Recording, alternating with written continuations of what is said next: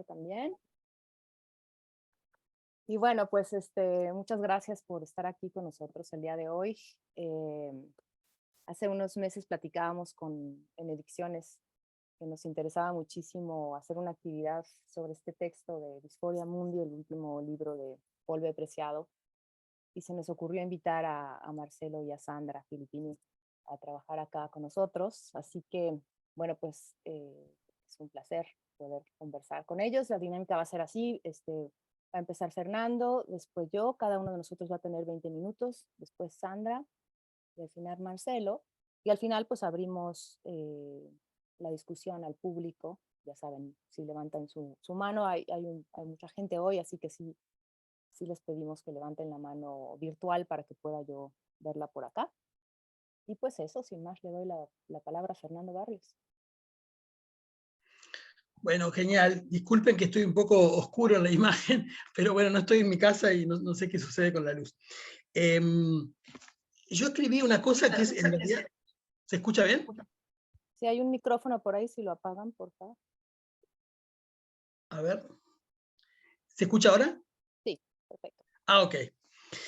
Decía que escribí un texto que en realidad es un texto performático, entonces les diría que no intenten entender demasiado. Bueno, lo mismo que decía Lacan, porque bueno, supongo que va a haber partes donde en realidad de lo que se trata más es justamente del asunto que me propongo trabajar que de sentidos. Lo que escribí se llama Preciado, una práctica del decir. Bueno, yo hace tiempo que, después de que en el medio de estar trabajando con Sandra el libro sobre de cuando Marx importunó a Lacan, encontramos ahí una expresión de Lacan en L'Etourdi, donde justamente Lacan dice que el psicoanálisis es una práctica del decir. Y a mí eso me ha detonado un montón de cosas y no paro de pensar en relación a eso. Entonces, Preciado, una práctica del decir. Un libro que se abre con el diablo en tetas, pija o polla, no sé, diría Preciado, y ojos en el vientre, el tarot y el movimiento zapatista. ¿Qué podría salir mal? Ya quedaron atrás, muy atrás, el paraguas y la máquina de coser sobre la mesa de disección. Entonces lo que me pregunté de entrada es, ¿desde qué sesgo abordar este libro? Y justamente lo voy a hacer desde algo más de lo que podríamos llamar, o lo que hace tiempo llamábamos en lugar de enunciación, o la posición subjetiva. Me parece que hay algo más en juego. Quizá el qué hace con eso quien escribe, es decir, lo que yo llamo su práctica del decir-escribir todo junto. Quiero proponer una hipótesis, y es que pienso que, o observo, me parece observar, que en el decir queer, en el decir disidente, hay una tensión entre dos modos del decir. Por un lado, un decir que busca o que se agencia sin sujeto o como sujeto colectivo de un decir. Y un decir, el que está en tensión con este decir sería un decir que se apuntala en la implicación subjetiva, en la herida, y necesita decir su nombre. Entre ambos, para mí, se produce una práctica del decir queer, disidente, o bueno, como le quieran llamar.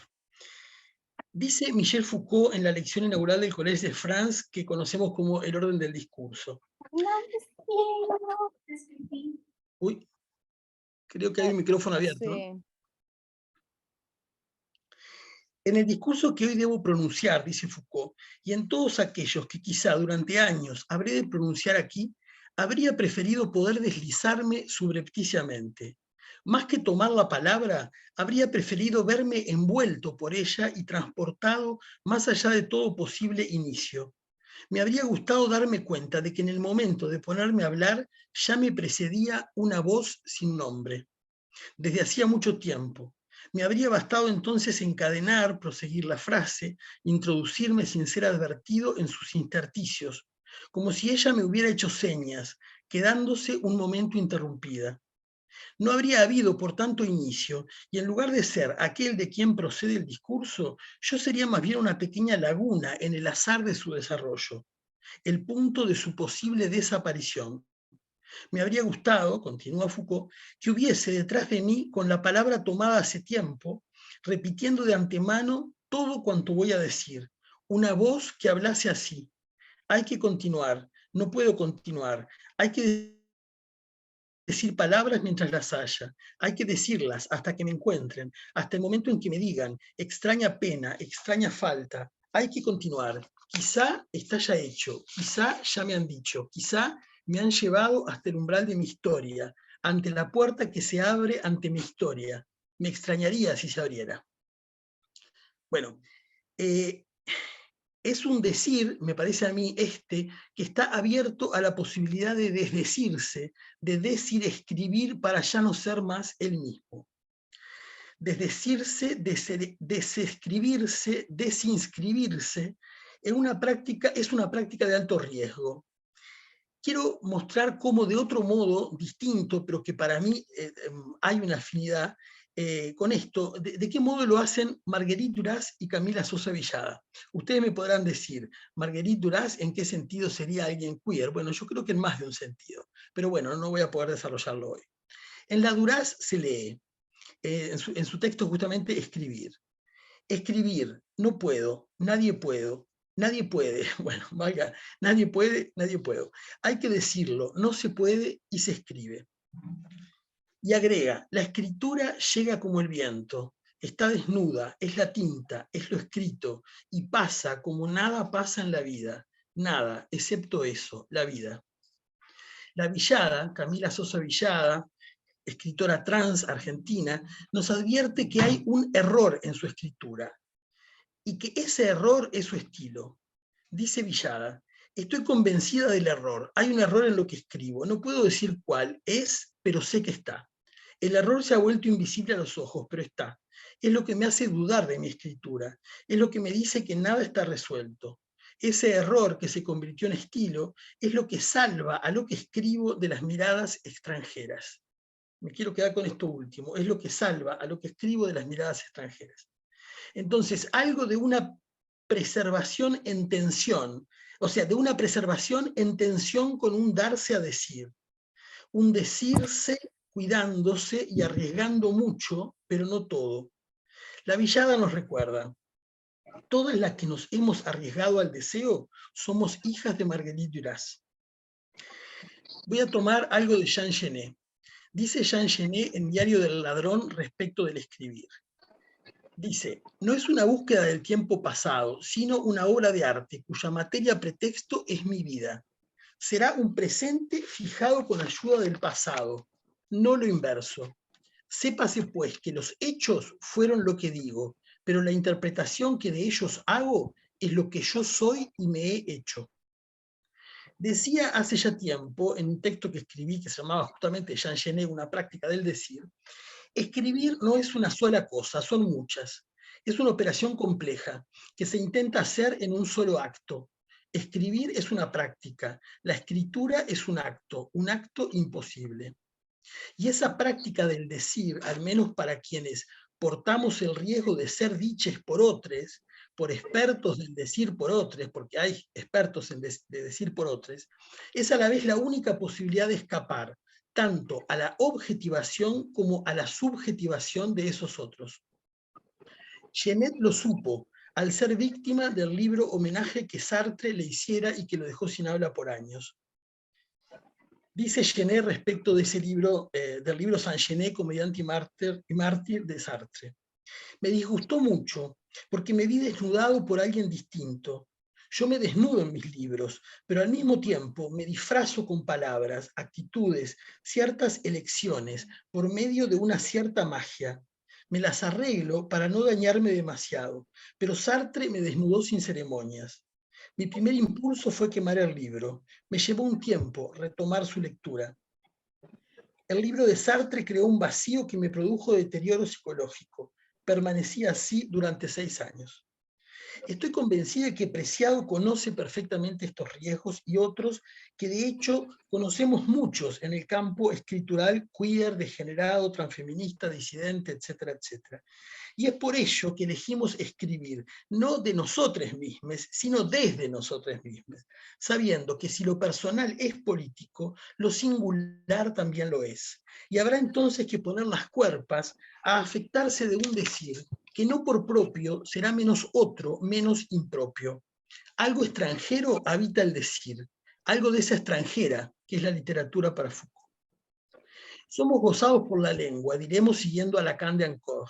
Ella nos goza, pero el modo en que cada quien asiente a ese ser gozado y goza allí no es apropiable por otro. Es quizá lo único más propio de lo impropio. Plus de decir, algo que al decir de Antonin Artaud evita el derrumbe total, la pérdida absoluta. Dice Artaud, mi pensamiento me abandona en todos los puntos, desde el hecho simple del pensamiento hasta el hecho exterior de su materialización en las palabras. Palabras, formas de frases, direcciones internas del pensamiento, reacciones simples del espíritu. Estoy en persecución constante de mi ser intelectual. Por lo tanto, como cuando puedo aprehender una forma, por imperfecta que sea, la fijo, temeroso de perder todo pensamiento. Estoy por debajo de mí mismo, ya lo sé y lo padezco, pero lo acepto por miedo a no morir del todo. En sus cartas a Jacques Rivière de la Nouvelle Revue Française, quien parece reprocharle inoportunidades de su escritura, dice Antonin Artaud, los giros, las expresiones inoportunas que usted me reprocha, los he sentido y aceptado. Recuérdelo, no los he recusado. Provienen de la incertidumbre profunda de mi pensamiento. Bien dichoso estoy cuando esa incertidumbre no es reemplazada por la inexistencia absoluta que me aqueja a veces. Querría que usted comprendiese con claridad que no se trata de esa mayor o menor existencia que toca a lo que se conviene en llamar inspiración, sino de una ausencia total, una verdadera pérdida. Entonces, si Foucault acierta cuando dice que la locura puede hablar, pero a condición de tomarse a sí misma por objeto, entonces quizás seamos todas unas locas y quizá eso no estaría tan mal si de psicoanálisis se trata. Veamos algo de todo esto en Preciado. En texto yonki, Preciado rechaza la autoficción, apunta a lo que llama una ficción autopolítica o una autoteoría. Será un protocolo de intoxicación voluntaria, una escritura que acontece entre dos límites, la muerte de Guillaume Dustin y, lo diré en sus palabras, el tropismo del cuerpo de BP hacia el cuerpo de BD. BP es Beatriz Preciado, BD Virginie Despentes. Se tratará entonces de autopolítica, de autoteoría, de protocolo de intoxicación, y se tratará de un registro de micromutaciones fisiológicas y políticas provocadas por la testosterona. Pero enseguida Preciado aclara, no me interesan aquí mis sentimientos en tanto que míos, perteneciéndome a mí y nadie más que a mí. No me interesa lo que de individual hay en ellos, sino cómo son atravesados por lo que no es mío, por aquello que emana de la historia del planeta, de la evolución de las especies vivas, de los flujos económicos, de los residuos, de las innovaciones tecnológicas, de la preparación de las guerras, del tráfico de esclavos y de mercancías, de las instituciones penitenciarias y de represión, de las redes de comunicación y vigilancia, de la producción de jerarquías, del encadenamiento aleatorio de técnicas y grupos de opinión, de la transformación bioquímica de la sensibilidad, de la producción y distribución de imágenes pornográficas. Y concluye que es en ese entramado que se construye y deconstruye la subjetividad. En el libro que nos ocupa, se tratará de decir, escribir el relato de un cambio, de una locura y de una felicidad, y de politizarlos, de reconocerlos coextensivos de un mundo que se derrumba, que ya no se sostiene en sus binarismos demasiado básicos, protectores de un temblor que Preciado ya había señalado en alusión a Edouard Glissant. Decir de la felicidad política de poder decir a medias, desmintiendo que no pueda hablar la subalterna, solo a medias, porque la Spivak, acá hago referencia al texto de Gayatri Spivak, puede hablar la subalterna, solo a medias, porque la Spivak hacía trampa con su pregunta, ¿y puede hablar? Porque puede hablar puede ser oída, de allí el acierto de Spivak. Almas en exilio, cuerpos en mutación, somateca, inadecuación política, transición planetaria, disforia, vida inllevable, disforia de la disforia, contaminación, neoliberalismo cibernético y fármaco pornográfico, sistema petrosexo-racial, psicoanálisis como mitología pop, migrantes, homeless, multiadictes, psicoanalistas que se retiran de la práctica psiquiátrica para convertirse en nuevos gestores de la subjetividad de las clases medias y altas, blancas y urbanas en crisis, necropolítica, cartografía, somatopolítica, emancipación, Ni Una Menos, Me Too, Black Lives Matter, movimiento trans intersexual y no binario, movimiento de vida independiente, luchas contra la violencia policial, ecología política, rebelión digital, depresión clínica, fobia social, síndrome premenstrual, trastorno bipolar, trastorno de ansiedad. La lista podría continuar sin fin. Hacer listas, listados, como acumulación o proliferación neobarroca, a la Perlonger, pero sin lirismo alguno, aunque haya también canto lírico fuera de las listas. Proliferación seca, sucia, prosaica, vírica, viral, contaminante, expansiva, cancerosa, enfermiza, desnormalizante, desmoralizante, diabólica, pandémica, endémica, la peste, pero no la de Freud. Libro cuerpo que se desenlista de otras listas, enlistándose en una lista improbable. Dice Preciado, un desgarro sideral entre el cuerpo que me imponen y el alma que construyen, una brecha cultural, una categoría paradójica, una grieta en la historia natural de la humanidad, un agujero epistémico, una fisura política, un abismo religioso, un negocio psicológico, una excentricidad anatómica, un gabinete de curiosidades, una disonancia cognitiva, un museo de teratología comparada, una colección de desajustes, un ataque al sentido común, una mina mediática, un proyecto de cirugía plástica reconstructiva, un terreno antropológico, un campo de batalla sociológico, un caso de estudio sobre el que los gobiernos y los organismos científicos, las iglesias y las escuelas, los psiquiatras y los abogados, la profesión médica y la industria farmacéutica y los fascistas, pero también las feministas conservadoras y las socialistas y los marxistas y los racistas y los humanistas y todos esos nuevos déspotas ilustrados del siglo XXI siempre tienen algo que decir aunque no se los hayamos pedido. Eso que escribe en Preciado fuga permanentemente, desclasificándose. Una serie de textos que no pueden ser identificados por su pertenencia a un género literario preciso. Del mismo modo que el cuerpo que habla utiliza el lenguaje para deshacer la presunción de su posición política, femenina o masculina, así también lo dicho y la forma en la que se expresa busca escapar a la asignación de género. Se trata de un libro disfórico, no binario, que rehúye las diferencias convencionales entre la teoría y la práctica, entre la filosofía y la literatura, entre la ciencia y la poesía, entre la política y el arte, entre lo anatómico y lo psicológico, entre la sociología y la piel, entre lo banal y lo incomprensible, entre la basura y el sentido. Hay en estos papeles extractos de diario, elucubraciones teóricas, mediciones de pequeños temblores provocados por el movimiento de complejos sistemas de conocimiento, recolección de las fluctuaciones de dolor o de placer de un cuerpo, pero también rituales lingüísticos, himnos, cantos líricos y cartas, cuyos destinatarios no han pedido que nadie las escribiera. La primera versión fue escrita como un mosaico de 3 lenguas, francés, español e inglés, que lejos de establecer fronteras entre ellas, se mezclaban como las aguas de un estuario. Todo esto es Preciado. Digo yo, libro Planeta, en transición, momento y lengua de una mutación, inestabilidad que no escamotea su intención como máquina de producción de verdad y deseo, restitución del desorden del lenguaje durante un cambio de paradigma, libro forma mutante, libro caos, asintótico, de los procesos de transición desde la escala subjetiva hasta la planetaria. Preciado, una práctica del decir. Desidentificarse, fugar. Deshacer presunciones, escapar. Rehuir diferencias, escapar. Hacer basura del sentido, fugar. Mientras aún se pueda. Bueno, gracias. Muchas gracias, Fer. Bueno, luego comentamos, me parece muy interesante lo que planteas. Y bueno, pues me doy la palabra a mí misma. Yo no, son notas, en realidad no es un texto como tal, no lo voy a leer. Eh, Me parece que es un texto eh, complejo, en realidad, policromático, diría yo, porque está construido de hilos diversos, de muchos colores y de radiación en más de una longitud de onda. Es un texto que es una especie de llamado constituido de voces distintas,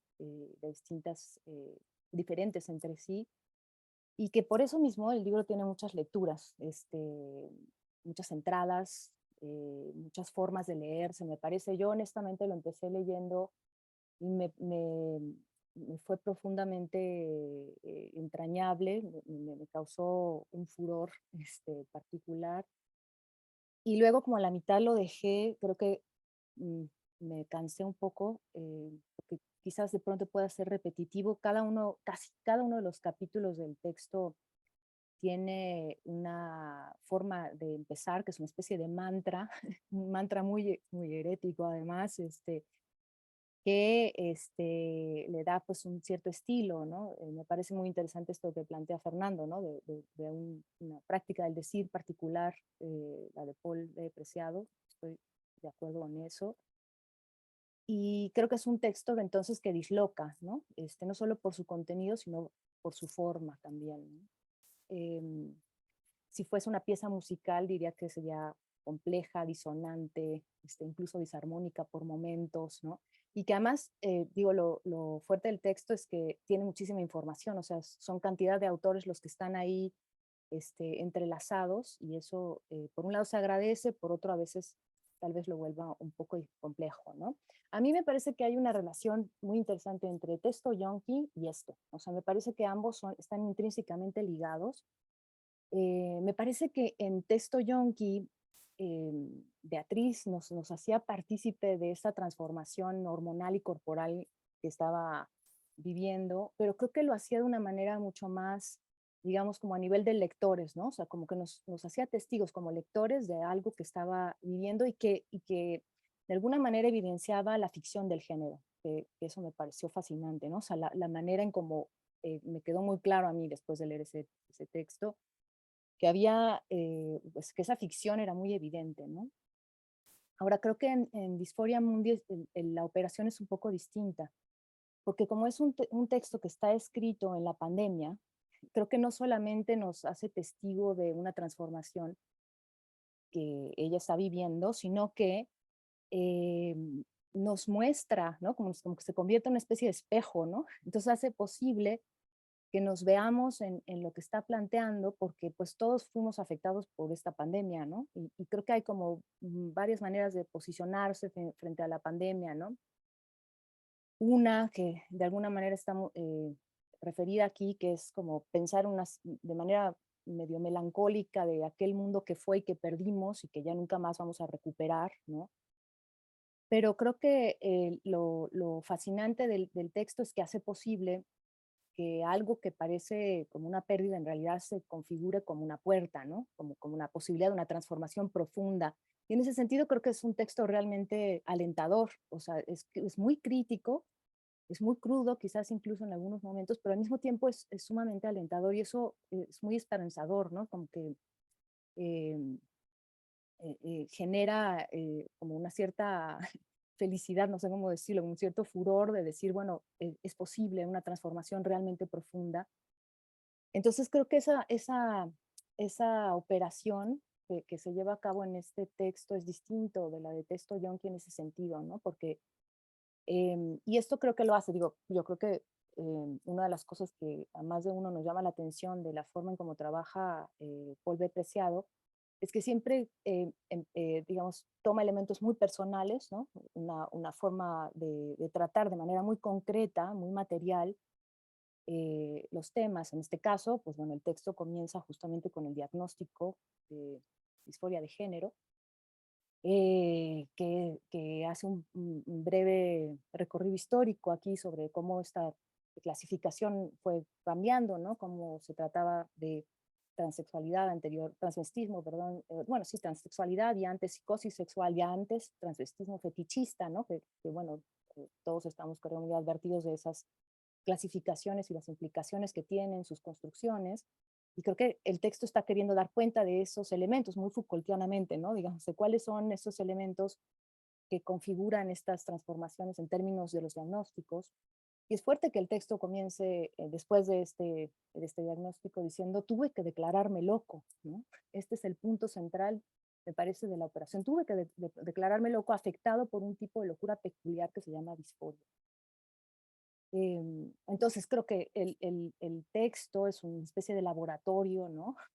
Donde intenta, pues, y creo que lo logra, convertir una enfermedad que es individual en realidad una grieta, ¿no? Una fisura, como cuando el concreto, ¿no? Se parte y sale vida de ahí, ¿no? O sea, como algo que aparentemente está absolutamente imposibilitado.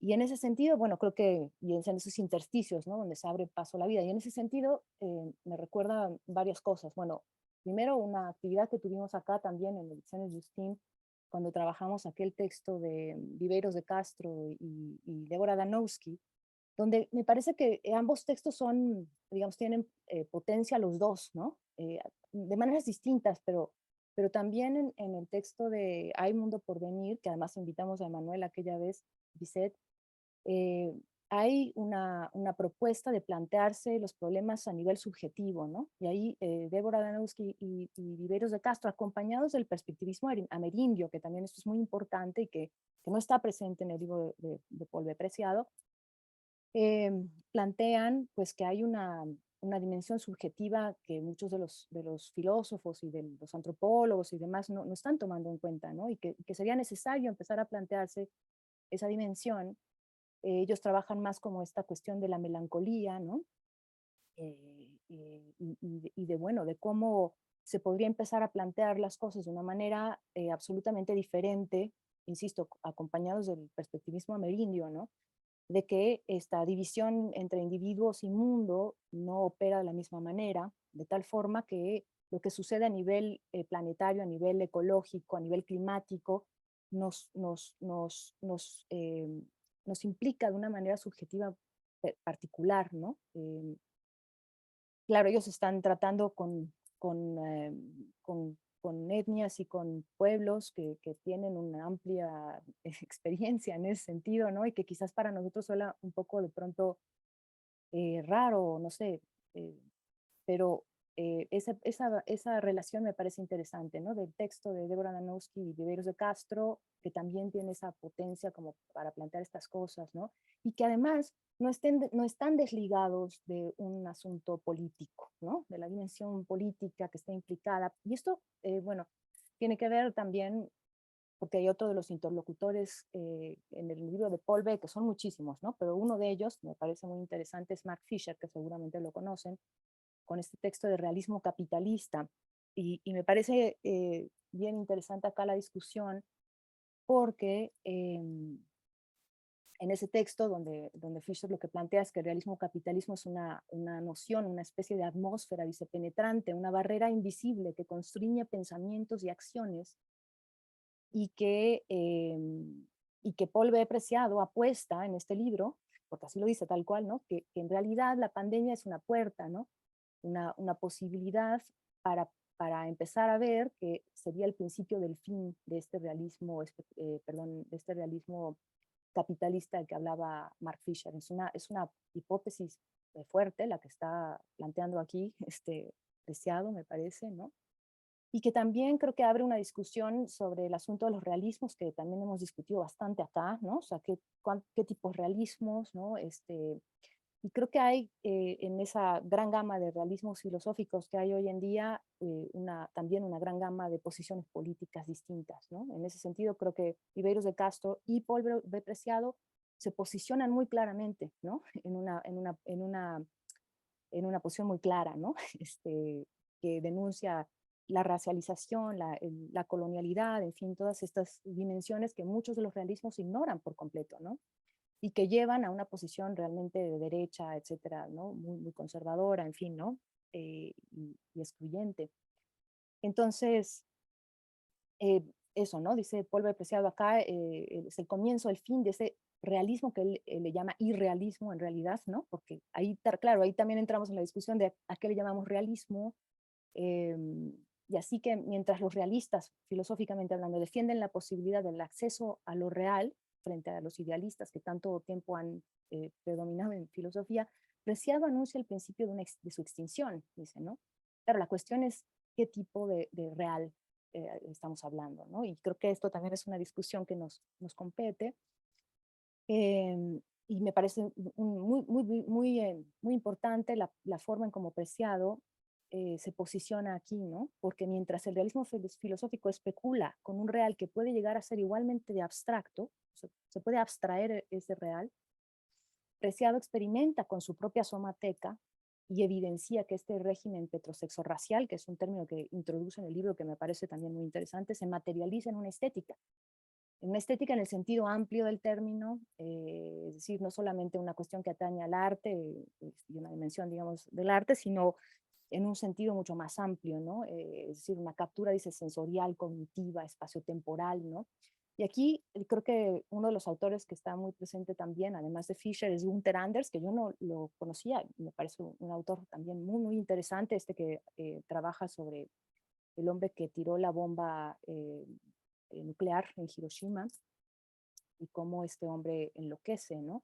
Creo que esta es una de las cuestiones más interesantes, ¿no? Y que está, insisto, planteada no solamente en Gunther Anders, sino también en Fischer, cuando habla de, bueno, qué paradójico, ¿no? Las sociedades neoliberales que se supone que están en un punto de desarrollo económico, etcétera, bastante alto, no obstante tienen una cantidad de enfermedades mentales, o sea, como que proliferan las enfermedades mentales a la par que, digamos, hay un mayor desarrollo, ¿no? Y entonces, por eso creo que aquí Paul B. Preciado lo que hace es decir, bueno, es que aquí hay un asunto de cómo el régimen petrosexo-racial tiene una fascinación por la destrucción y la toxicidad, ¿no? O sea, hay una afinidad por esto, ¿no? Y bueno, para ya pasar como algunas cuestiones más de, de, de, que nos atañen a la práctica del psicoanálisis, ya sabemos que la posición de Paul es bastante crítica sobre el psicoanálisis, ¿no? Supongo que conocen la conferencia de Soy un monstruo que os habla, creo que está hablando desde una experiencia muy personal con sus propios analistas, ¿no? O sea, con las experiencias que ha tenido, con las personas que ha visitado, con los analistas supuestos que ha visitado. Y bueno, pero eh, plantea dos cosas muy importantes, ¿no? Una es cómo es que el psicoanálisis se ha convertido en una mitología. Exacto, Gunther Anders es el marido de Hannah Arendt, exacto, sí, gracias, Fer. Y que eso lo dice también Paul en algún momento, ¿no? Que qué interesante que es conocido como el esposo de Hannah Arendt.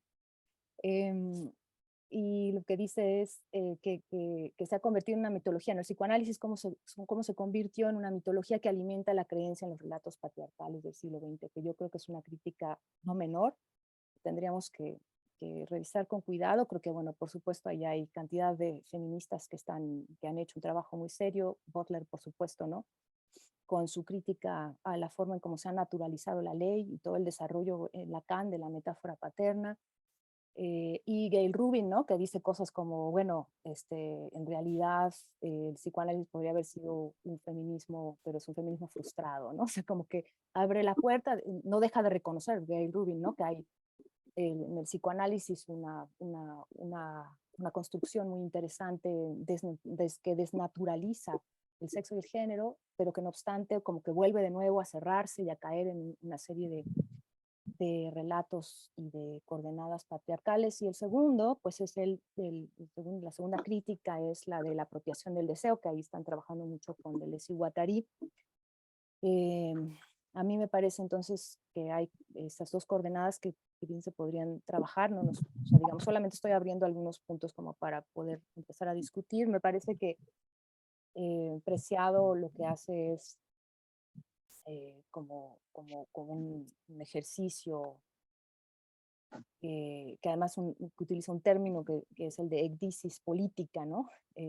Que es un término que en la biología se refiere a cuando las serpientes cambian de piel, ¿no? Y como en ese momento de transformación hay cierta vulnerabilidad, me parece, ¿no? En ese pasaje, pero al mismo tiempo, pues una apertura hacia realmente una transformación profunda, que eso es un poco a lo que se está apostando, ¿no? Yo creo que aquí la función y el lugar de la imaginación y de la especulación también se vuelve fundamental. Entonces, bueno, ese es mi comentario nada más. Sé que dejo mil cosas ahí abiertas, pero tampoco les quiero quitar mucho tiempo a los demás ponentes. Alicia, vamos a primero darles la palabra a Sandra y luego a Marcelo y al final abrimos, ¿sí? Pero te tengo a ti primero, sí.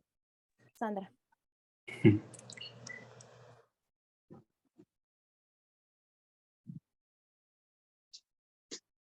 ¿Se escucha ahora? Sí, perfecto. ¿Se escucha bien? Sí, sí. Bueno, este libro, que no es sencillo de leer, digamos, más que opté, fue la manera por la cual se deslizó la lectura, fue la empatía, porque un acercamiento más de tipo de tratar de racionalizar y encontrar las lógicas, era como un libro para la eternidad, más o menos. Entonces, la primera pregunta que me abrió también esta propuesta fue ¿por qué o para qué o de qué hablar en una plataforma digital como es Ediciones Justil, en una escuela de psicoanálisis, de Disforia Mundi, el sonido del mundo derrumbándose? No era algo que fuera de suyo, ya es una opción. Entonces me planteaba justamente en qué convocaba este libro al psicoanálisis, que como decía Elena, con el cual es muy crítico, preciado. Y encontraba justamente que nos invitaba a los psicoanálisis a poner en cuestión los binarismos, a problematizar la manera en que ha sido tratada la diferencia sexual por algunos psicoanálisis.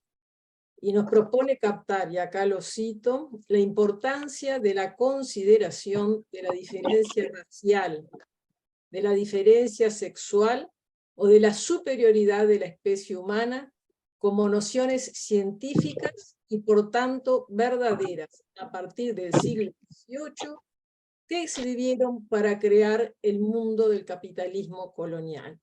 En la página 291. Rasgos del sistema imperante que en ocasiones se opaca y naturaliza. Un libro escrito, como han dicho quienes me antecedieron, durante el aislamiento por la pandemia de COVID. Preciado además se enfermó de COVID casi coincidentemente, el día antes de que se decretara el aislamiento en París. Estaba en París. La pasó muy mal, dice, y en los fragmentos de ese libro testimonia detalladamente de eso. Las vivencias de aislamiento, soledad, descalabro del cuerpo, de muerte, son relatos que se hicieron presentes durante el confinamiento que se vivió y que en algunas ciudades se sufrió más radicalmente que en otras. Desde allí, Preciado fue asociando con las transformaciones de los regímenes epistémicos que sostienen a estas sociedades y señala los cambios de paradigma que se produjeron a partir del encierro. Entre esos cambios de paradigma, él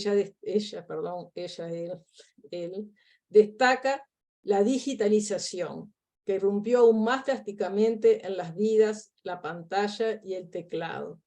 Son los signos del teletrabajo, pero también de los encuentros sociales, la vida cultural y hasta la muerte, porque a través de esas vías digitales se realizaban las despedidas de quien iba a morir. Entre ellos, decía que destaca la digitalización y que en el psicoanálisis esto era más que excepcional la atención a distancia. Sin embargo, durante el aislamiento de la pandemia, que en el Uruguay no fue obligatorio y se extendió más o menos por un mes, para algunos analistas se naturalizó el uso de plataformas en su práctica. El debate sobre los efectos en esta de la digitalización está abierto. ¿De qué manera juegan las sesiones a distancia los cuerpos? El desplazarse o no para la sesión. ¿Qué introduce la pantalla? ¿Qué introduce en el manejo del dinero? En el epígrafe de Texto Yonki, otro libro de Preciado, se lee: vivo en un mundo donde muchas cosas que creía imposibles son posibles. Guillaume Dustin.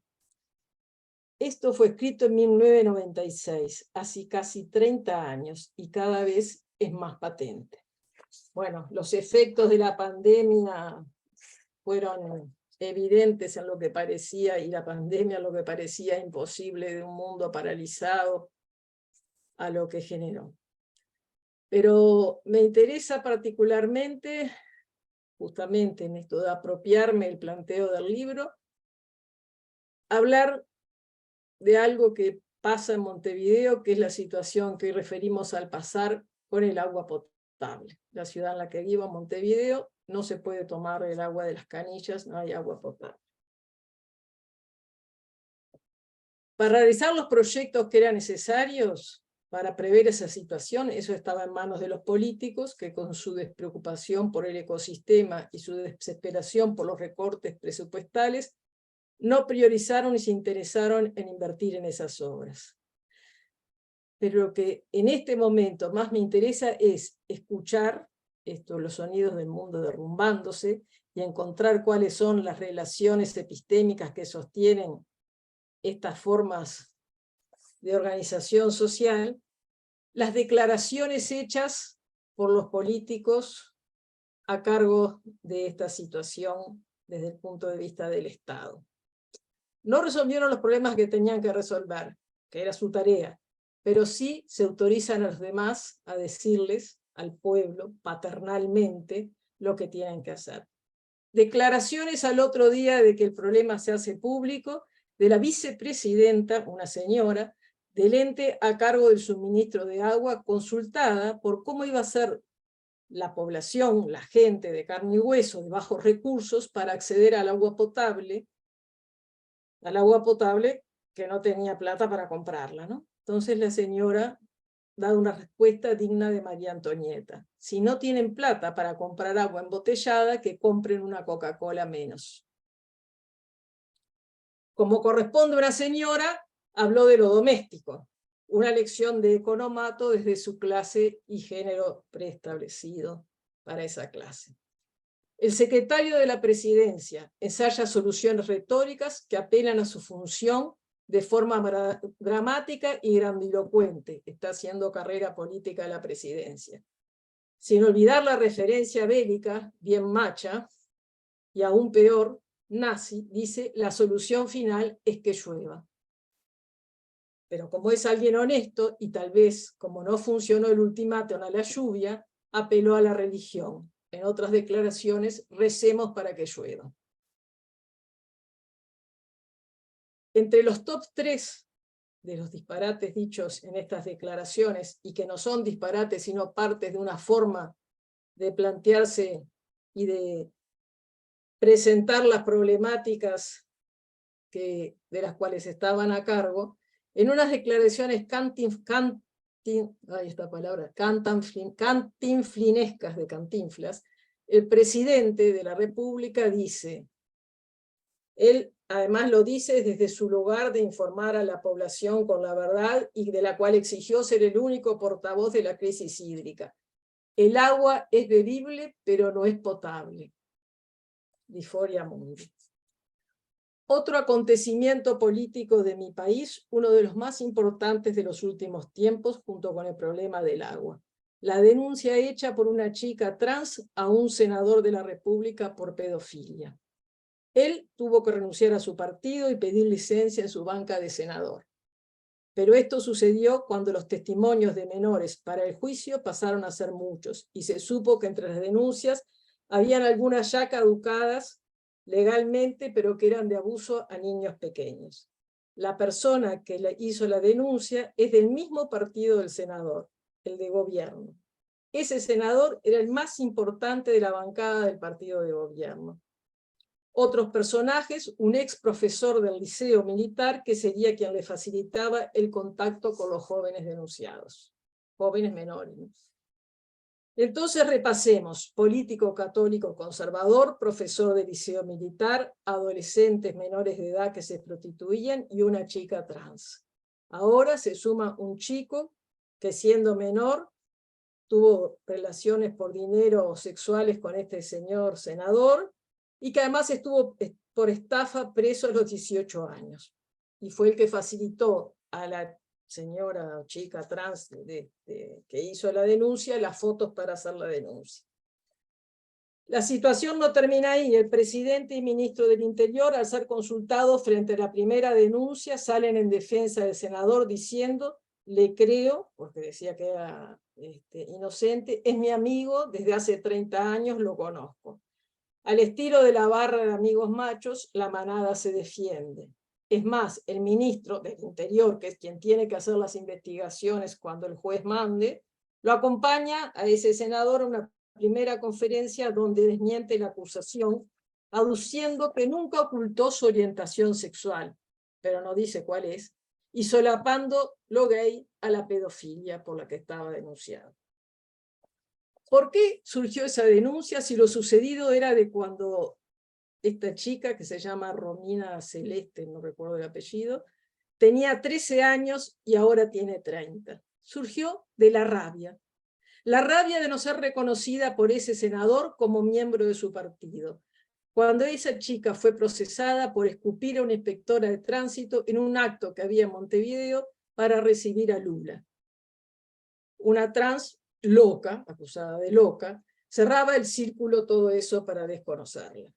Sin embargo, esta vez otros marginales de la sociedad, adolescentes que se prostituían y se prostituyen, van apareciendo a declarar.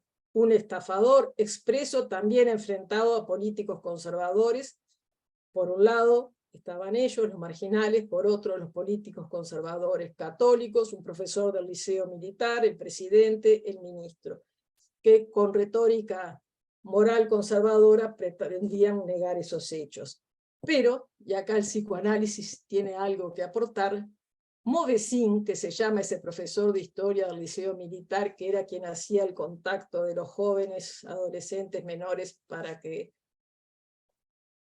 se prostituyeran con penadez, hace declaraciones cuando la primera vez que tiene que ir al juzgado a declarar. Y al salir dice a los periodistas, nada de lo que se dice es falso. Un periodista, uno le dice, pero entonces usted está diciendo que es culpable. No, no, no, digo que todo es falso. Disforia mundi, el sonido del mundo derrumbándose. Asocio entonces a lo que escribió Preciado, y cito, las siguientes páginas son un relato, su libro, de cómo a veces ruidosamente, a veces silenciosamente, se construyó este hormiguero, así habla de su libro, y cómo el mundo moderno se había establecido la diferencia entre nuestra locura y su razón comenzó a desmoronarse. El título del libro es casi escatológico, si lo hay. Nombra el descalabro vivido a partir de la expansión del virus del COVID. El título asocia ese tiempo al diagnóstico psiquiátrico recibido por Preciado y con el que comienza el libro. Se sirve de ese diagnóstico, no sin heridas ni sufrimientos, para desmarcarse de una identidad que en tanto tal unifica y universaliza. El diagnóstico como pasaje de lo universal a lo singular no solo complica a Preciado, también al psicoanálisis. La cito, y vuelvo a nombrarla en femenino. Estaba leyendo en texto Jung. He aquí la disyuntiva: o aceptamos la nueva alianza del neoliberalismo digital y de los poderes petrosexo-raciales, y con ella la explosión de las formas de desigualdad económica y violencia racial, sexual y de género, y la destrucción de la biosfera, o decidimos colectivamente iniciar un proceso profundo de descarbonización, despatriarcalización y descolonización. Desde el título, el libro navega rabiosamente y no esquiva las aguas turbulentas de la rebeldía. Dice que la palabra disforia surge de la hibridación, esto es textual del libro, del prefijo griego que viene del latín, y este del griego dis, que retira, niega o indica dificultad, y el adjetivo foros, derivado de ferein, llevar, acarrear, soportar, trasladar. Y dice, a la disforia le cuesta transportar, lo lleva mal. Por analogía, para la psiquiatría, la disforia indica un trastorno del ánimo que hace que la vida cotidiana se vuelva inllegable. Y mundi se puede traducir por del mundo, o mundial, o también mundos en plural según el contexto. Me voy a detener en el subtítulo o segunda parte del título, que de forma muy discreta aparece exclusivamente y recién en la tercera página. Los sonidos del mundo derrumbándose, lo que amplifica la disforia y parafrasea el epígrafe que 2 páginas más adelante pone, un comunicado de la Dirección del Ejército de Liberación Zapatista. Y dice así el epígrafe: ¿escucharon? Es el sonido de su mundo derrumbándose, es el nuestro resurgiendo. La diversidad de lenguas es parte del nomadismo del libro. Preciado escribió del descalabro en varias lenguas. En inglés repitió una parte del título de la mayoría de sus fragmentos de la 5ª parte del libro, la más extensa, casi 400 páginas. La expresión repetida es "is out of joint", expresión que esto sale de algún lado, no encontraba de dónde, además de que es una expresión, y es de Hamlet, donde dice "time is out of joint". Oh, cursed spite, that ever I was born to set it right. El tiempo está, esa expresión es muy difícil de traducir, pero sería descalabrado, por eso he usado tanto esa palabra, descoyuntado. Suerte maldita que haya nacido yo para ponerlo en orden. Eso decía Hamlet, después de encontrarse con el fantasma del padre que recibe la tarea para vengar su muerte y matar a Claudio. La de Preciados es una apuesta diferente, es colectiva y no esquiva la angustia. Dice: no existe disforia como enfermedad individual, al contrario, es preciso entender la disforia mundi como el efecto de un desfase, de una brecha, de una falla entre 2 regímenes epistemológicos, entre el régimen petro-sexo-racial, heredado de la modernidad occidental, y un nuevo régimen aún balbuciante que se forja a través de actos de crítica y desobediencia política. Y termina, dice, que hay que buscar al mismo tiempo señalar la potencia, no el poder, la potencia de los cuerpos vivos del planeta, incluido el propio planeta como cuerpo vivo, de extraerse la genealogía capitalista, patriarcal y colonial, a partir de prácticas de inadecuación, de disidencia y de desidentificación. El psicoanálisis, como práctica, nació en la inadecuación, la disidencia, la desidentificación. Sin embargo, en muchas de sus distintas versiones, cooptadas por otros saberes regidos por los binarismos de salud-enfermedad, normalidad-anormalidad, desplazaron, quizás inadvertidamente, el discurso analítico hacia otros discursos, olvidando, respecto al psicoanálisis, el malestar en la cultura con el que nació. Ciertas teorías analíticas centraron las bases de la subjetividad en la diferencia sexual, con lo que aportaron y solidificaron fundamentos para universalizar la norma heterosexual. Estas teorías no diferencian entre fantasías sexuales y el decir sobre ellas en la teoría analítica. Se sostienen en binarismos que con suerte se fundan en la bisexualidad, que reconocen fallido, pero no resuelven de otra forma. Le dieron una realidad a esas fantasías que dejaron a la práctica dando vuelta en torno a la castración. La inexistencia de la relación sexual que planteó Lacan puede ser un tope a esos planteos y permitió proponer el fin de análisis desde otra perspectiva. Hablemos un poco de la imagen de la tapa. Yo quisiera compartir pantalla. Acá. Espérame, te tengo que hacer... Ah, mira qué bien. ¿Sí? Sí. ¿Lo ve? Sí. Bueno. En la tapa aparece esta ilustración, pero que está cortada, la parte de el recuadro, la parte de arriba y de abajo, y después en la página 6 aparece esta imagen, arriba dice 15, bueno, abajo dice Le Diable, y con una intervención en textos, ¿no? Esto es la carta número 15 del tarot, y esta imagen es del tarot de Jodorowsky, ¿no? Entonces, el texto, a ver si les puedo mostrar, no sé si se podrá ver, ¿se ve ahí? A ver cómo lo muestro. Esta es la imagen que está en la página 6, que ven que pero tiene... tendrías, bueno, sí se ve, pero... Ajá. Bueno, no se va a ver porque es muy chica la letra, pero a la imagen está intervenida con textos. La imagen de tapa es esa que está ahí, pero luego está intervenida, bueno, sin los dos diablos del costado, es la imagen de tapa en realidad. Bueno, entonces, esperen un poquito, sacamos esto. Entonces, decía, en lo que está escrito o intervenido, la imagen dice: a Cristóbal el diablo se le aparece vestido de burgués. El diablo se desnuda delante de él, descubriendo su cuerpo transexual con seno, polla y ojos en el vientre, patas animales y pelo de virgen. Cristóbal firma con él un pacto de sangre. No sé si ven, pero hay unas gotas cayendo desde el brazo acá, ¿no? Yo me pregunto si soy como el diablo de Cristóbal, si tengo 5 pares de ojos, si veo con las rodillas, con los pezones, con el diafragma, con los testículos. Agrego que además el diablo tiene 2 lenguas. En el texto aparece un nombre, Cristóbal, que no sabemos a qué está referenciado, pero sí puedo decir que me evoca a Cristóbal Colón por lo que plantea el libro, y también por la etimología a la imagen que lo muestra a San Cristóbal, pues el nombre de Cristóbal es de origen griego y quiere decir Cristóforos, portador de Cristo, el que lleva a Cristo.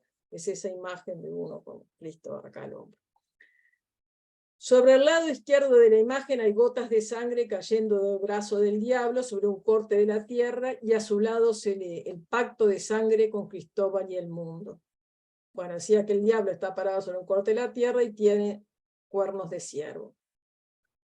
Replicando la imagen, en esa imagen exterior, replicando la imagen del diablo en más pequeño, suele haber en la carta esa de Tadeo 2 diablos de la derecha femenino e izquierda masculino. Y en esta ilustración del libro hay solo uno y se lee a su lado. Love is real, but not for you, my dear.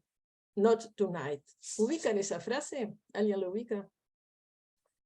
Bueno, a mí me sonaba raro, dije, esto es de algún lado. Busqué, y esas asociaciones que vaya a saber por qué. Es una estrofa, una parte de una canción de John Lennon que se llama Love is Real.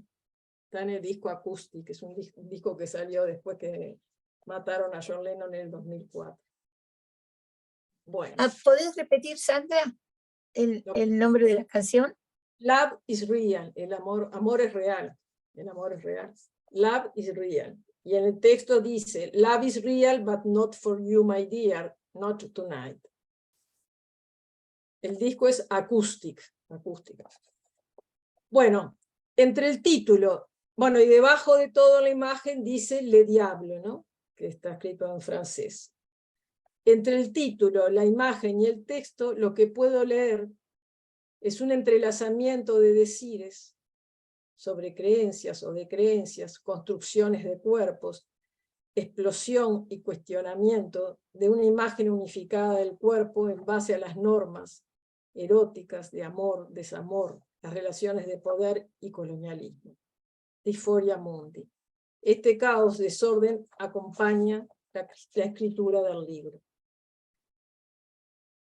Las repeticiones es a lo que me quisiera terminar de referir, ya lo dijo hoy Elena, muchos de los fragmentos comienzan con binarismos, ¿no? Que no son exactamente los mismos, pero son trozos, todo un primer trozo del fragmento que escribe binarismos.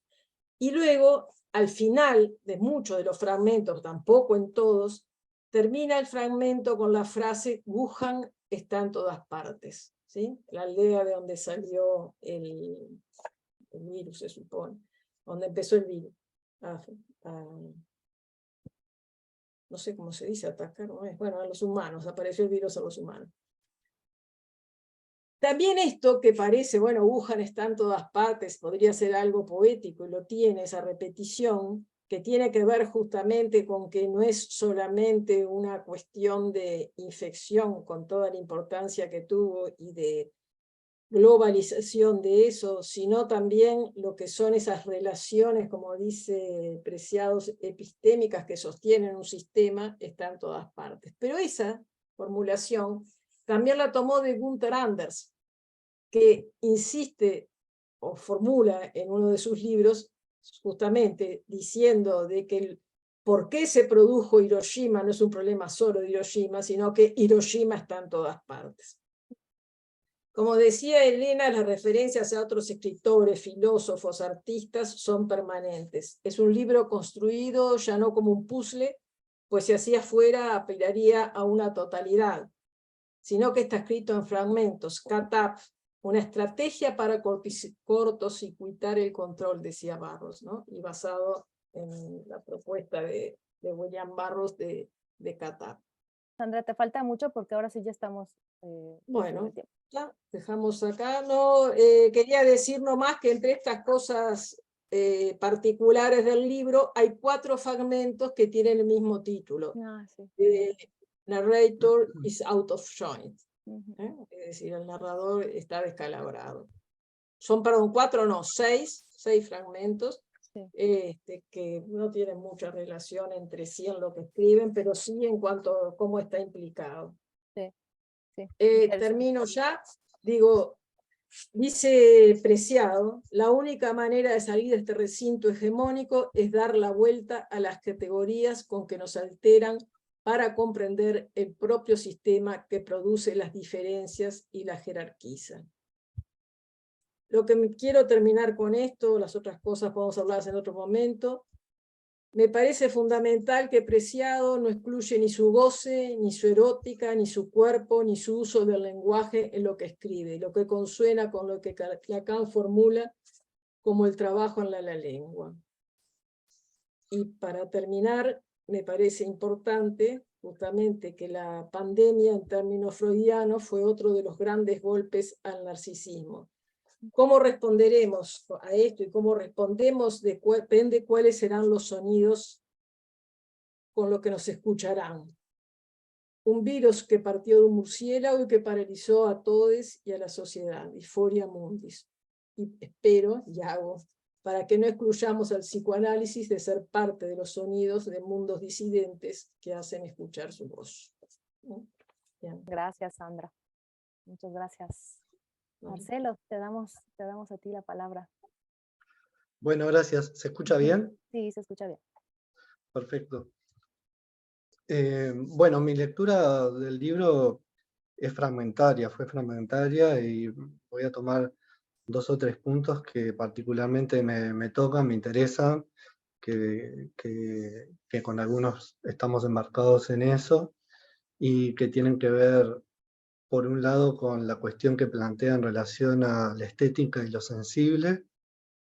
Por otro lado, el uso que hace de William Burroughs y todo su planteo en relación al virus del control. Y por último, en relación a la destitución.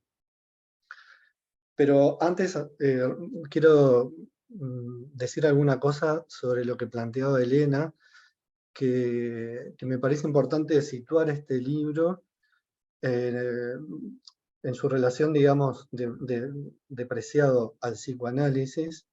Me parece importante situarlo, porque este es un libro que viene después de ese otro producido a partir de la intervención que hace en aquella coloquio, digamos, de las mujeres en psicoanálisis que lo invitan, y que hace un SAP que produce ese libro Soy el monstruo que les habla, que realmente es muy crítico, pero a la vez tocado por el psicoanálisis, tocado por su experiencia del análisis, y de alguna manera planteando una renovación del psicoanálisis. Sin embargo, la respuesta que tuvo de parte de los psicoanalistas también fue atroz. Me remito, por ejemplo, digamos, al texto que escribió Jacqueline Miller, Dócil a lo trans, que es verdaderamente una vergüenza, y a toda la discusión que mantuvo también con Eric Martí, que acababa de publicar por esa fecha de ese congreso, El sexo de los modernos, que fue en el 2020, por ahí, y que lleva por título Pensamiento de lo neutro y teoría del género. si tomamos, digamos, la cuestión de lo trans, tal como se plantea en ese libro, sobre todo al final, es lo más reaccionario que pueda haber. Todo ese pensamiento de lo neutro lo lleva a plantear una crítica al movimiento trans, que es retomada por Jacqueline Miller y que realmente da vergüenza. Entonces, es también en ese contexto que me parece que hay que ubicar lo que leíste vos, Elena, que decías sobre el psicoanálisis. El título para mí tiene una resonancia fuerte con el psicoanálisis, es mi lectura, que Disforia del mundo, para mí es una especie de actualización o reactualización del malestar en la cultura. De hecho, ella o él, por ahí, si bien no cita ese libro, habla de malestar en relación a esa disforia. O sea que es en esa clave, digamos, que yo lo he leído, como les decía, de forma por fragmentos. Pero bueno, de alguna manera, toda esa dimensión sensible de la disforia que plantea desde el comienzo, ¿no? como en relación al dolor, en relación al malestar, lo lleva a un plano, digamos, no solo de la cuestión del género, sino de la cuestión del mundo. Sobre todo, todo esto que planteaban, digamos, del régimen, pero que a la vez ella o él lo plantea, ese régimen sexual, patriarcal, racial, extractivista, colonial, etcétera, como un régimen de sensibilidad y de percepción. Eso me parece súper importante, porque es en esa línea que va a apuntar, digamos, a ubicar esa disforia como una especie de desfasaje entre ese régimen de sensibilidad y de percepción propio del capitalismo hasta lo que conocemos, y lo que plantea como una potencia que yo le diría de destitución, porque es al final que va a plantear esto, y potencia micropolítica de destitución es esa misma, vuelvo a decir él, que plantea esta dimensión micropolítica de esa destitución, y que hablar que eso tiene una clara alusión a Guattari y a Deleuze, y que viene dada por los movimientos feministas, por los no binarios, anticolonialistas, DISCA, de los movimientos de lucha contra la violencia policial, en defensa del agua, los hackers, etc. Todas las, digamos, lo que podríamos decir, lo que se produce en ese afuera, institucional. Entonces, con este primer punto, digamos, que particularmente me interesa, de la cuestión de lo sensible y la estética no en el sentido de lo bello o de la cosmética, ¿no? Que hablar que estética allí está vinculado a un régimen de lo sensible. Si recuerdan, esa palabra estética que había sido creada en el siglo XVIII tiene que ver con lo sensible, la sensibilidad, no necesariamente con lo bello. Aestesis es el nombre que se toma del griego para construir esa palabra estética. Y bueno, y el Preciado también se encarna en esa tradición de la estética. Por algo retoma a Rancière, y por algo también retoma a Guattari, que justamente, sobre todo en el último tiempo, lo que plantea es un nuevo paradigma estético, es decir, cuál sería, digamos, la construcción de una nueva sensibilidad, no solo individual, sino colectiva. Entonces es apoyándose en ellos, directamente lo cita, es que plantea que esta crisis de COVID y la gestión de la pandemia, no solamente el virus en sí mismo, sino cómo eso se ha gestionado, ha producido un estado de excepción, y claramente ahí está haciendo alusión al planteo de Agamben, un estado de excepción política y estética, agrega, que eso es, me parece, lo interesante, digamos, para tomar, porque está hablando de un estado de excepción estético, ¿m? Una especie de terremoto, dice, en la infraestructura de la sensibilidad, una desnaturalización del mundo sensible, y de alguna manera una reconfiguración de la experiencia sensible que dice hace emerger nuevas formas de sensibilidad, a partir de esa crisis de la percepción, de esa discontinuidad sensorial, digamos, que ha implicado el confinamiento en la mayor parte de los países, el tener que, digamos, relacionarse básicamente a través de las computadoras, la famosa virtualidad. Eso plantea que ha sido una,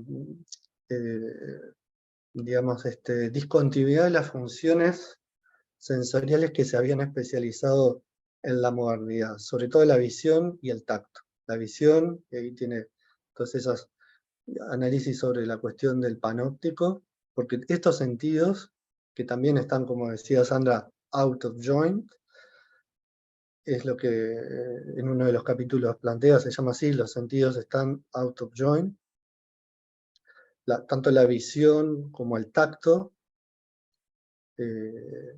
todo lo que tiene que ver con el tacto, con tocarse, la imposibilidad de tocarse, en fin, hace todo un análisis muy interesante de cómo los cuidados también que implican el tacto del cuerpo han sido de alguna manera, digamos,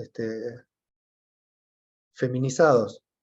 Entonces tenemos todas las profesiones de las enfermeras, maestras, etcétera, que o las madres, en fin, que han estado a cargo de esos cuidados. Hay toda una dimensión sensorial táctil allí que va analizando, que me parece importante. Y de alguna manera esta, digamos, especie de evento estético que ha implicado la pandemia y su gestión, dice que la sensibilidad, los órganos de la sensibilidad estén mutando. Va a hablar incluso de un nuevo sujeto sensorial, el sujeto cibersensorial de la era cibernética. En fin, hay todo un planteo allí que me parece súper interesante en relación a esta estética y esta sensibilidad. El otro punto que me parece importante es cómo esta dimensión del virus la va a retomar a partir de William Burroughs y todo su planteo que me parece fundamental, porque William Burroughs es alguien que ha pasado por la experiencia, digamos, en el Río de la Plata, diríamos, de la falopa, junk en inglés, bueno, la heroína y toda esa especie de dependencia, adicción, toxicomanía, como se la llame, que no es menor como se la llame, y a su vez de la experiencia, digamos, psicodélica, de la experiencia con ayahuasca, básicamente, pero con otros productos también. Y bueno, va haciendo todo un análisis así, porque a partir de esa experiencia, Burroughs hablaba del virus de la falopa, junk virus, y a partir de esa experiencia él va a producir todo un planteo en relación al virus del control, al virus de la palabra y al virus de la imagen. Y va a plantear desde los años 50 toda una crítica, digamos, a los sistemas de poder, que ya no, por eso luego lo van a retomar tanto Foucault como Deleuze y Guattari, ya no funciona por medio de únicamente, bueno, nunca fue así, pero digo, no, además de funcionar, digamos, por la fuerza física, por la coerción, por la disciplina, luego tenemos todo el planteo de Foucault, va a funcionar a través del control. Si recordamos esa famosa conferencia o texto de Deleuze, Postdata, las sociedades de control, es justamente ahí donde va a decir que Burroughs fue el primero en diagnosticar esto. Es interesante el encuentro de todos estos franceses con Burroughs, porque se produjo en el año 75, si bien ya lo leían, en la Universidad de Columbia en Estados Unidos, en Nueva York, 2 semanas antes de que fuera Lacan a hablar en esa misma universidad. Y es allí donde Burroughs hace una conferencia que se llama Los impases del control, que luego fue publicada como Los límites del control. Y es allí donde se produce ese encuentro, digamos, y que es muy importante, digamos, tanto para el pensamiento de Foucault, de Deleuze y Guattari, cómo lo va a retomar Preciado ahora, y que de alguna manera lo que plantea es justamente todo ese control que se produce, y que es como una especie de virus, digamos, que contamina, que no es, por eso no es tan fácil, digamos, revelarse así nomás, no solamente a través de medios físicos, y podemos considerar hoy en día los implantes, las prótesis y tal, los controles biométricos, todo eso que en esa época, ya en los 70s, lo vio perfectamente, como se venía a la mano, sino también a través de las palabras y a través de la imagen. Por eso también hay toda una crítica, digamos, al funcionamiento de los discursos políticos, de los medios de comunicación, y toda su técnica, como decía Sandra, de cut-up, viene de alguna manera a hacer una ruptura, digamos, frente a ese control que se pretende tener hacia los sujetos en su forma de hacer, de decir, de pensar y de sentir. Y esto es importante porque toda esa dimensión sensible para él también es fundamental. Y bueno, es en relación a este virus del control que Preciado va a analizar, digamos, toda esa gestión pandémica, no solamente en términos médicos, digamos, sino a través del biocontrol. Lo interesante también que en esa conferencia de William Burroughs, que les decía del año 75, que está publicada en las actas, digamos, de ese congreso, que se llamó Schizoculture, lo había organizado Silver Lotringer. Lo que plantea, digamos, Burroughs, es que para que haya control, tiene que haber un sujeto que alguna resistencia mínima deba plantear. Dice, yo controlo, dice, a un sujeto hipnotizado, al menos parcialmente, y controlo a un esclavo, a un perro, a un obrero. Pero si yo establezco un control total de algún modo, como con la implantación de electrodos en el cerebro, entonces mi sujeto es poco más que una grabadora, una cámara, un robot. No controlas una grabadora, la utilizas. Entonces, termina afirmando que cuando ya no hay oposición, el control se convierte en una proposición sin sentido.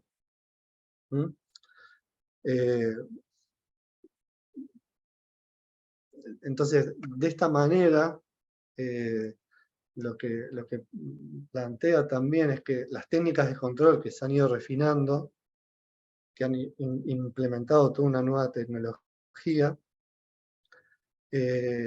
y que son tanto coercitivas como psicológicas, sin embargo, se enfrentan a una disidencia mundial. Esto lo dice Burroughs en el 75, que dice, nunca ha estado tan extendida o ha sido tan peligrosa para los controladores como hoy día, en los años 70.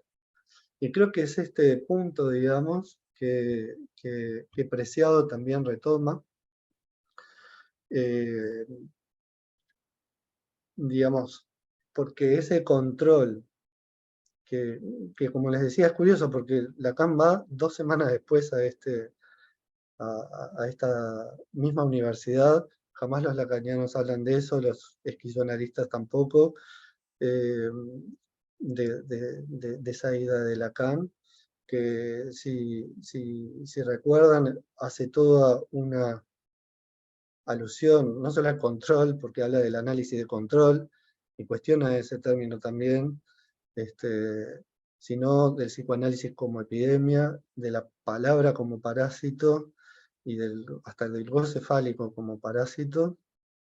Es toda esa dimensión entonces que Preciado va a retomar, y como decía Burroughs, no solamente desde el punto de vista de los controladores, sino que también lo va a hacer a partir de la disidencia que se va a producir a través de esas nuevas formas de sujeción y de las nuevas formas de subjetivación, digamos, que se pueden producir a través de esa destitución del control.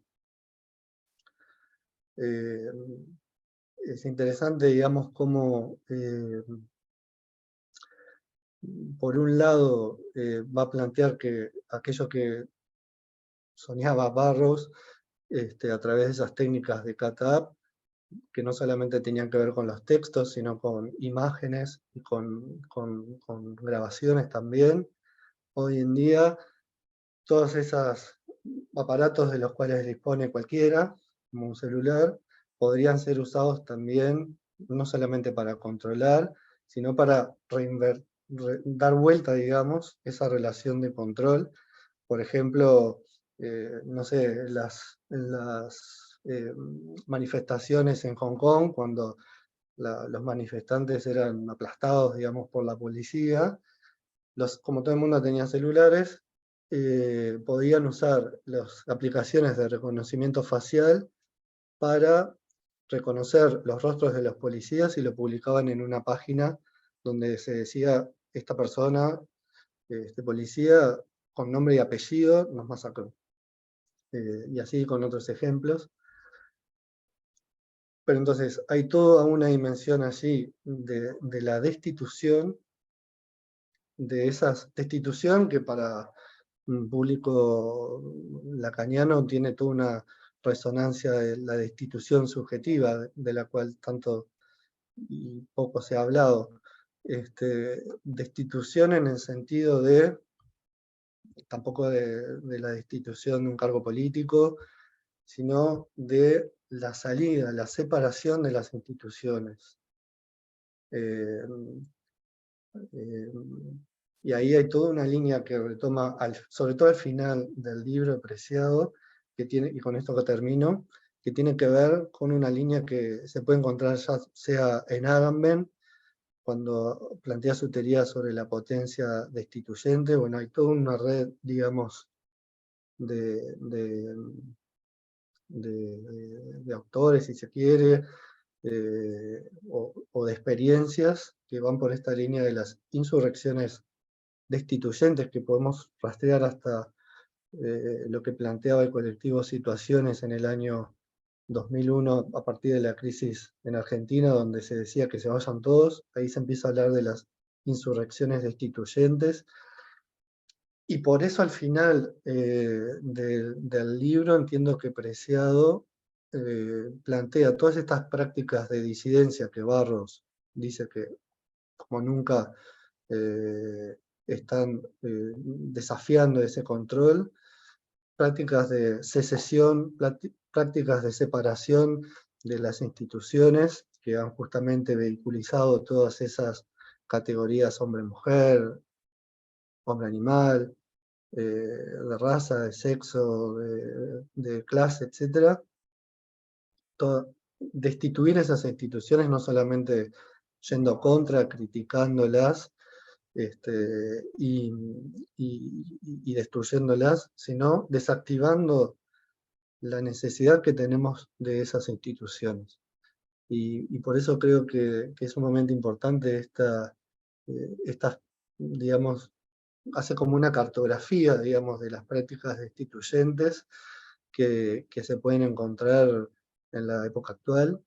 Y bueno, ese particularmente me parece un punto importante y muy actual, digamos, porque habla de toda una política que se está produciendo, que es una política a venir, por venir.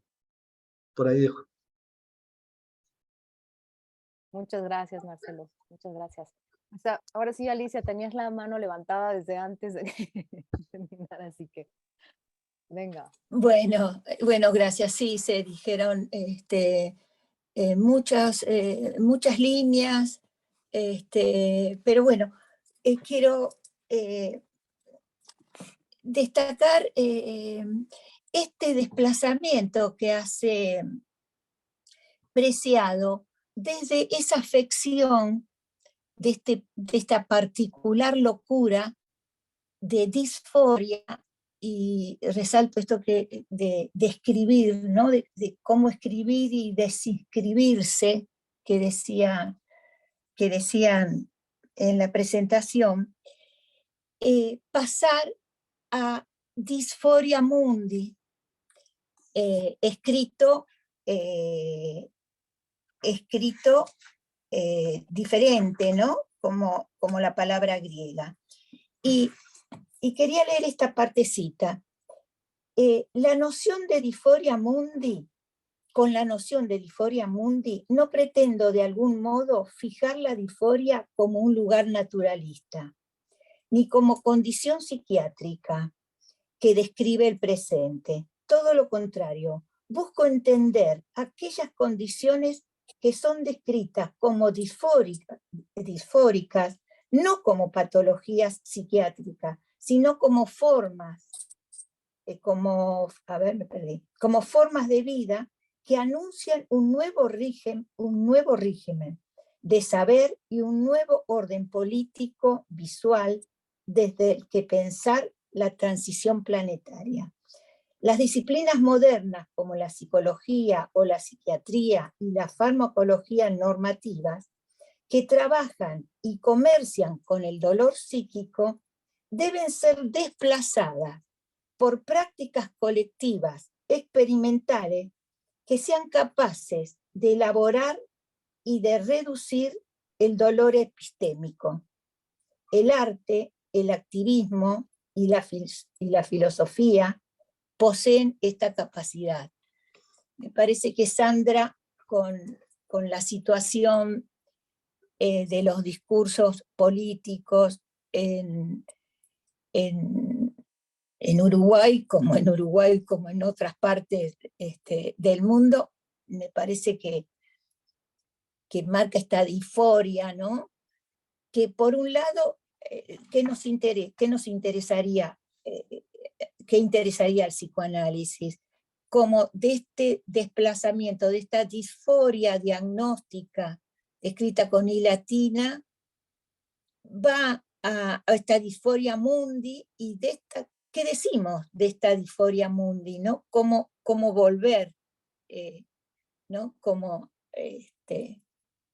¿en qué nos concierne? Bueno, esto quería comentar.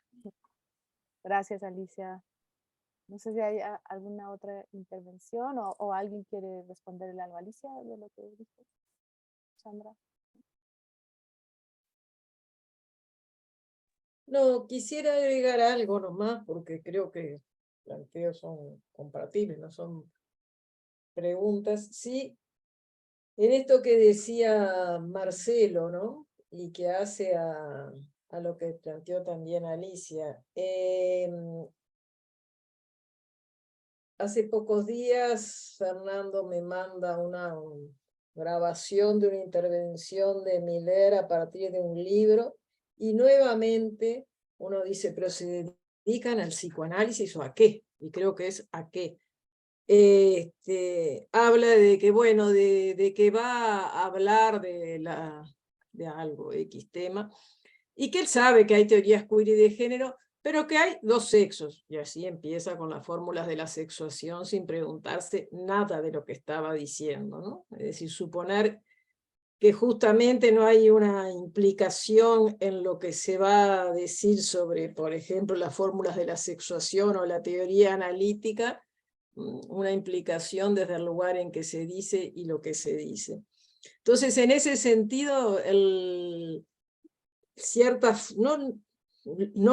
además de lo que diga, lo que tiene de particular y de totalmente singular este libro de Preciado, es la manera justamente que está implicado en lo que cuando Lacan dice, bueno, nos aligeramos de plus de jouir al hablar de teoría, criticando eso de los psicoanalistas, es justamente todo lo que nos hace Preciado, ¿no? Es decir, y que, digamos, contrasta tanto con esa formulación, por ejemplo, de Miller y de tantos otros, que son los momentos en que sí, uno se avergüenza, con vergüenza ajena, de lo que se podría llamar colegas, ¿no?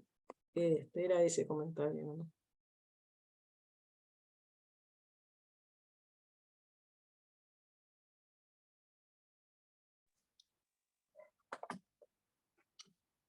Hay algo interesante, si hay lugar.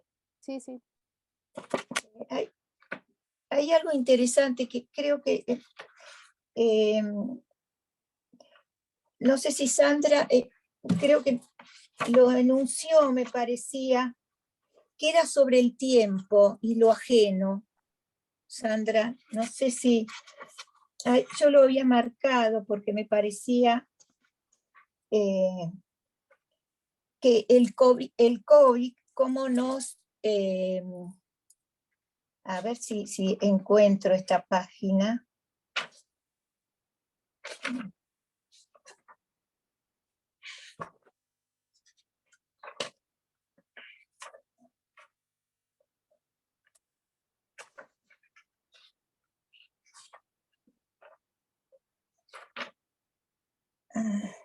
Bueno, sí, hay mucho sobre el sexo. Bueno, sí, no la encuentro. Ah, sí, acá está. ¿Hay tiempo? No, o no, hay otras manos levantadas. Voy Hay a dos bajar la manos mano. más, si quieres, ahora que les damos sí. la palabra a ellos y luego volvemos. ¿Te parece, Alicia? Jesús.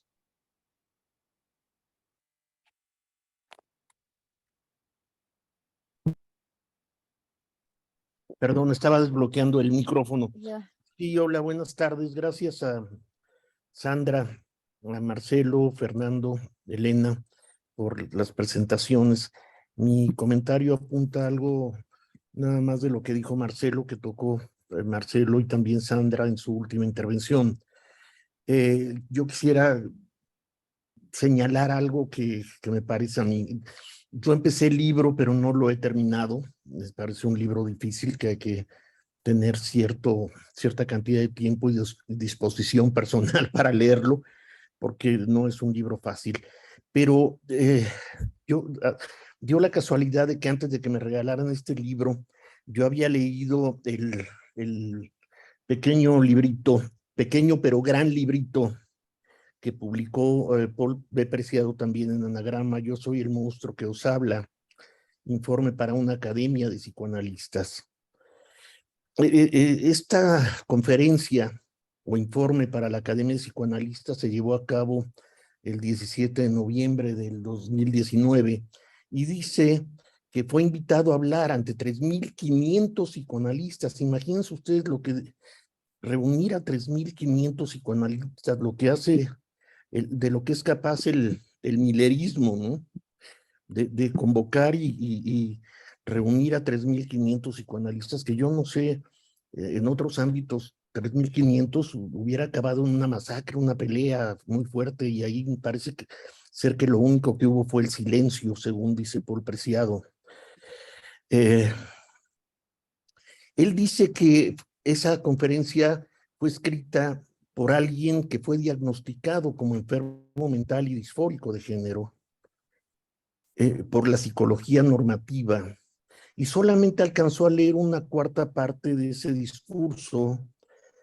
Y hubo un momento interesantísimo que fue cuando preguntó si había, en términos de él, estoy citando, una o un psicoanalista homosexual, transexual o no binario. En la sala se hizo un espeso silencio, solo roto por algunas risas socarronas. La mitad de la sala lo abucheó cuando pidió a la institución psicoanalítica que se hiciera cargo de la actual transformación de la epistemología sexual y de género. Una mujer dijo que yo era Hitler y que tenían que hacerme callar. Pero planteó algo muy interesante, planteó la propuesta de una clínica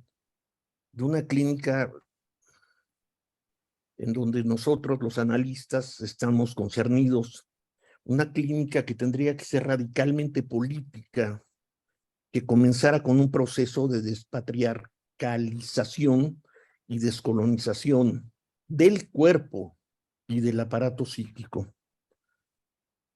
2 años y 11 meses después publicó esta Disforia Mundi en medio de la pandemia, como ya se ha dicho, de su reclusión, de su positividad como portadora del virus, enfermo, convaleciente y recluido, escribió este libro. ¿Habrá sido una casualidad? Primero el monstruo y luego este. Me parece que no. Me parece, y pido excusas por ser tan reiterativo, una continuidad, me parece, una continuidad muy continua entre el monstruo que os habla y Disforia Mundi. Me parece incluso que parte de, que Disforia Mundi, por lo menos parte de, sería una consecuencia en parte de ese discurso no concluido ante los 3.500 silenciosos y sonrientes psicoanalistas. Y afortunadamente escribió esta publicación, se publicó la conferencia completa, lo que iba a ser la conferencia completa, que, insisto, solo leyó una cuarta parte. Y yo creo que este monstruo que os habla bien podría ser un largo prólogo de Disforia Mundi, o incluso un capítulo larguísimo, pero un capítulo. Bueno, eso es lo que yo quería decir. Y que nada más también decir que el Disforia Mundi se publica casi 40 años después del polemiquísimo libro de Catherine Millot, Exsexo, ensayo sobre el transexualismo, que primero causó un furor y después un repudio casi universal. Era el comentario que quería yo hacer. Gracias. Gracias, Jesús. Susana. Sí, hola, ¿qué tal? Gracias a todos, Fernando, Elena, Sandra, Marcelo, porque bueno, sí, yo la verdad debo decir que lo empecé a leer Disforia Mundi, no lo terminé, pero sí en sus ponencias como que brindan fragmentos de lo que, muy sustanciosos de lo que viene. Pues yo varias cuestiones. A mí, pues en lo que decía Marcelo, esto de que Lacan va 2 semanas después de este coloquio de los esquizos, y me imagino que habrá habido un desencuentro, como que en ese marco de los años 70, en el 75, como dice Alush, Lacan llegó a Estados Unidos sin hablar inglés, y pues de por sí su palabra, que es complicada, no pasó. Y ahora con lo que dice Marcelo me aclara que en este panorama, por supuesto, no iba a pasar en ese contexto la palabra de Lacan o el psicoanálisis a Estados Unidos. Recientemente leí en Gail Rubin que ella dice, en los 70 no disponíamos de la lectura de Lacan. Teníamos noticias de Lacan por Althusser y por Manoni, que acababa de publicar un libro, pero los seminarios no llegaban a Estados Unidos, y creo que eso marcó el feminismo americano, incluida a Paul Preciado y también a Judith Butler y compañía, a Halperin y la fobia que le tiene al psicoanálisis, y también a la luz del libro de Marie-Madeleine Lezana sobre, bueno, cómo los psicoanalistas, bueno, el libro es sobre Marilyn, y al final, sutilmente, ella, pues sí, expone como de algún modo ese psicoanálisis de la psicología del yo, que proliferó tanto en Estados Unidos, participó en la caída de Marilyn, en su caída final. Y yo me imagino que esta gente tiene esa versión del psicoanálisis.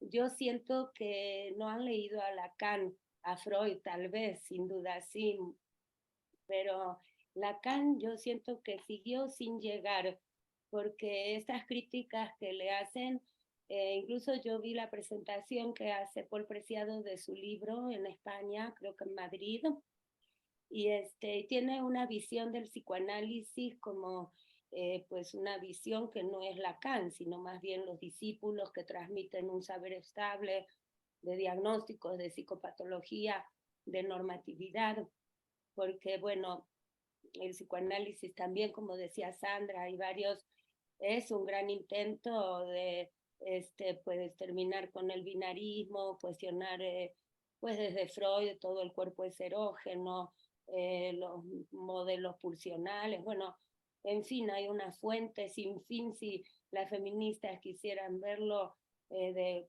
el psicoanálisis podría contribuir al pensamiento de esos feminismos. Entonces, por un lado eso, que hay ahí un desencuentro, ¿sí? La experiencia que tuvo Halperin de su análisis fue a los 12 años que lo mandaron con un analista del yo, y pues sí, uno entiende que pues le haya dado luego una fobia.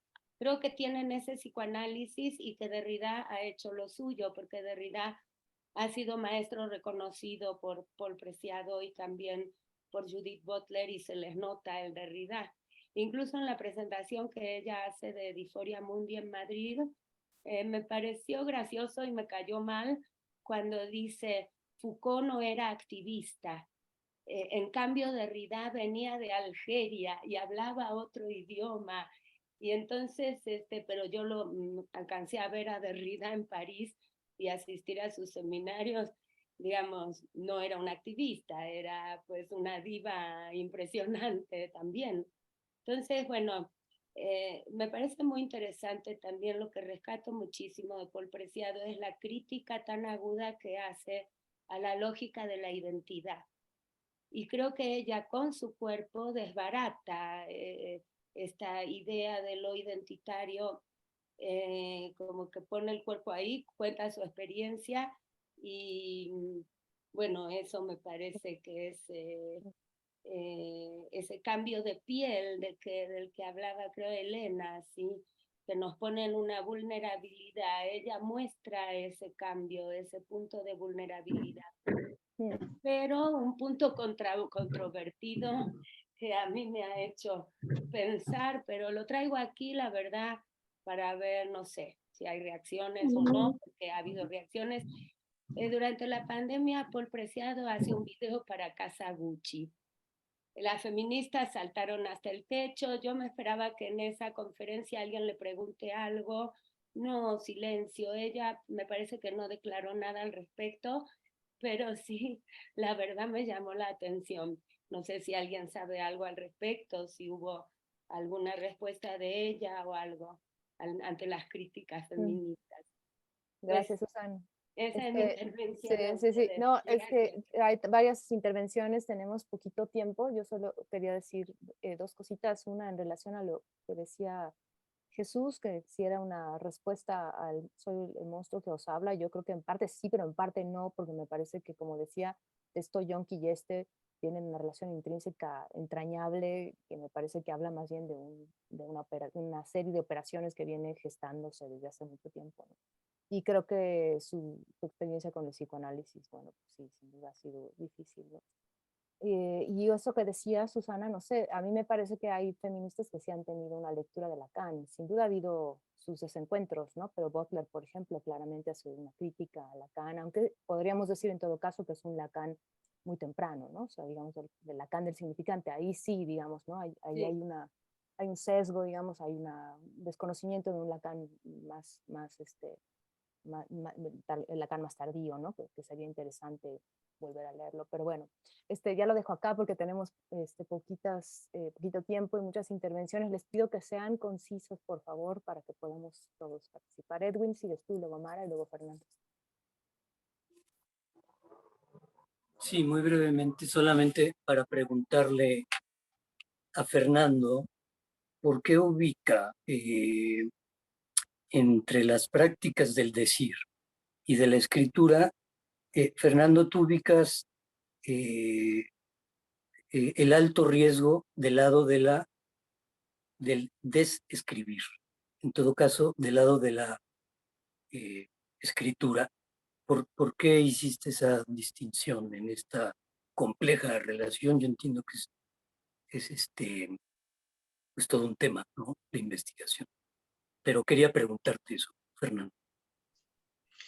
Sí, en realidad es a partir de la locución de Foucault, cuando él dice que en realidad quisiera como infiltrarse en un decir previo y no tanto ser él quien enuncia, y finalmente termina diciendo que quizá en realidad eso ya pasó, es decir, que es como si escribiera, borrara y reescribiera, no como un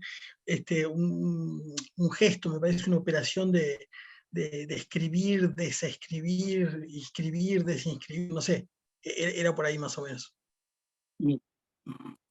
Pero ¿por qué alto riesgo, Fernando? Y bueno, siempre, por lo menos para un yo que se pretenda sujeto de la enunciación y del enunciado, cualquiera de ambas, bueno, ese borrarse en la escritura, dejarse decir por una lengua que nos habla, me parece que sí implica un riesgo, ¿no? Sí, gracias. Mara.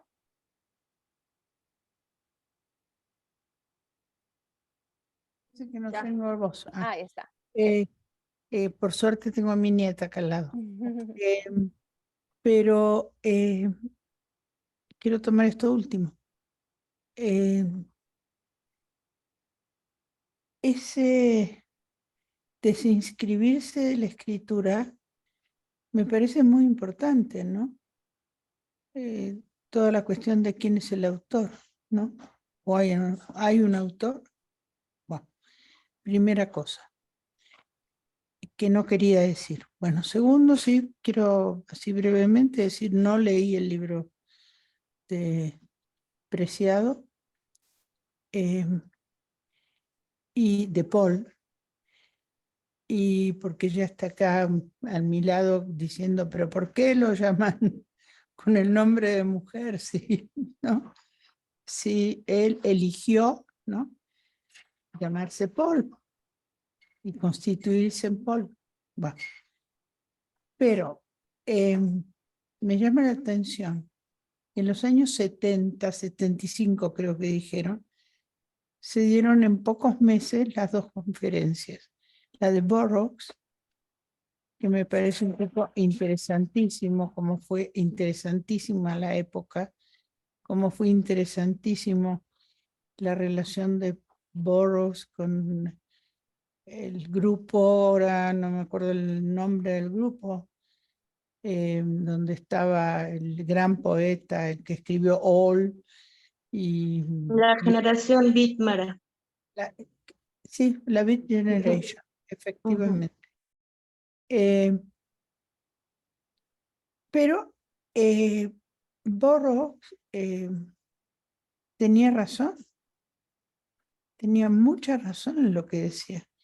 Y lo que se vino de inmediato, por un lado fueron las revueltas tan importantes que hubo en Estados Unidos, de todo tipo, políticas en el sentido de de lo racial, políticas en el sentido de hacemos lo que queremos, nos dejamos el pelo largo, somos no binarios, no dicho así. Entonces, quería señalar eso nada más, que esos años, 75, 70 y pico, pero había un problema, por ejemplo, con el asunto de leer a Lacan en español, en inglés. Yo iba mucho en ese momento a Nueva York todos los años y compré las primeras traducciones de Lacan al inglés. Y fue muy divertido. A mí me costaba un huevo y medio leer a Lacan en español y entenderlo, los escritos. Estamos en los escritos. Y los primeros. Era más fácil leerlo en inglés que leerlo en español. Problema de traducciones, creo. Los ingleses o los americanos, los editores son muy hábiles para hacerlo para el público. Nada más. Gracias, Mara. Fernando. No, yo por un lado pedir disculpas porque me tengo que ir en 5 minutos, pero igual creo que estamos medio como en la hora. Creo que es un libro enorme, entonces hay mucha cosa que discutir. Lo que sí yo creo que, ya lo he dicho muchas veces, que no creo que se trate de defender al psicoanálisis, es decir, porque Lacan y Freud, yo siempre digo jorobando que son como Mujica, como te dicen una cosa, como te digo una cosa, te digo la otra, decía Mujica, ¿no? Y uno lee un texto de Lacan y dice algo que parece un punto de fuga, y uno dice, ay, qué genial, esto como, qué bien que nos viene para el campo queer y disidente, y en el párrafo siguiente te querés matar, porque dice algo que parece que no se escuchara cuando habla, cosa que nos pasa muchas veces, o casi siempre. Entonces digo, no creo que se trate de que leen mal o han leído poco, sino que es otra posición enunciativa y son otras cuerpas afectadas de otras vidas y afectadas de otros discursos. Y bueno, nada, creo que eso marca esa práctica del decir, que la práctica del decir no está separada de la vida. Entonces, cuando esta cosa que repetimos tanto de qué importa quién habla, y no, la verdad que creo que sí importa quién habla. Y desde qué lugar hablamos, desde qué experiencias de vidas, incluso para, es decir, desde qué implicación, desde qué herida hablamos. Eso me parece que es fundamental, pero, y que nos toca a nosotros también, ¿no? Bueno, le damos la palabra a Angélica y ya vamos cerrando, ¿les parece? Porque se nos acaba el tiempo, Angélica. Gracias, Elena. Rápidamente nada más quería comentar que Naked Lunch, el almuerzo desnudo, fue publicado en 1959 y a partir de ahí es que entonces la gente se empezó a plantear que los homosexuales dejaran de ser perseguidos en Estados Unidos. William Burroughs venía de una familia en que el abuelo y el padre habían sido homosexuales, pero se habían casado para evitar la persecución, mismo que hizo el mismo William Burroughs. Entonces, efectivamente hay una revolución que se da a partir de que se publica el libro de Naked Lunch. Ese era todo mi comentario. Gracias. Gracias, Angie. Bueno, pues les agradecemos mucho. No sé si Sandra y Marcelo quieran decir algo antes de... ¿No? ¿Seguros? Bueno. No, quizás digamos que en relación a este evento que comentaba, que retomaba Susana y algunas personas más, hace unos años cuando me comuniqué con Lothringer, que fue quien lo organizó, que ahora ya falleció, me contaba que, bueno, en ese congreso que fue Barros, Foucault, Lyotard, Deleuze-Guattari, Line, se planteaba como un congreso sobre semiótica y sexualidad, donde también se debatía sobre la locura y las prisiones. Fue explosivo, fueron no 3.500, pero 2.000 personas, y sí terminaron a las piñas. Sí acusaban a Foucault de pertenecer a la CIA, a Guattari de ser un falocéntrico. Hubo un problema con las traducciones, que Guattari, que coordinó una mesa, se fue para otro lado. Encima estaba también allí el esquizo y las lenguas, Wolfson, que hacía sus propias traducciones. Un lío todo el Congreso, realmente muy vivo, porque había discusiones muy vivas. Sin embargo, cuando fue Lacan, lo que cuenta es que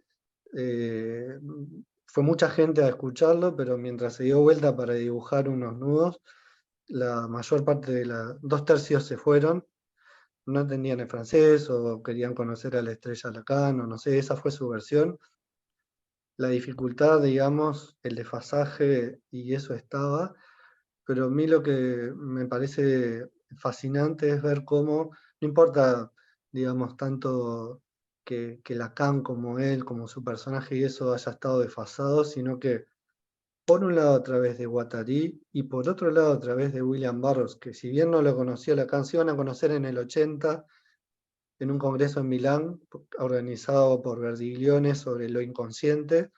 Burroughs fue a plantear una ponencia sobre el inconsciente, iba a ir Lacan, pero justo estaba disolviendo la escuela y no fue.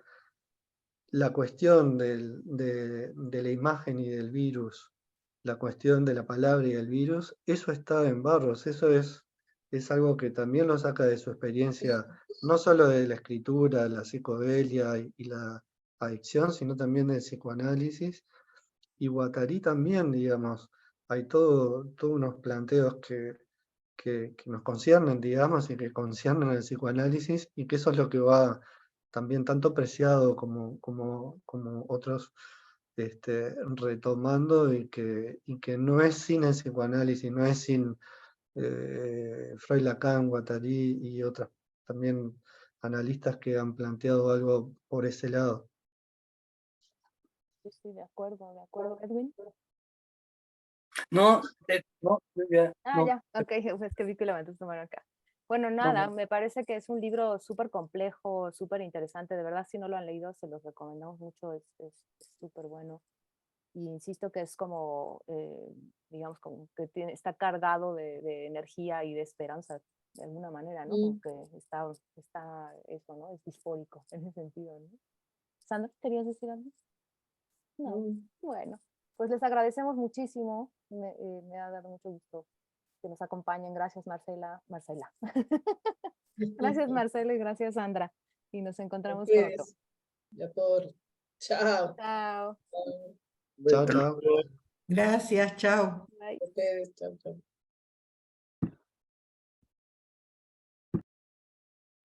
Chao.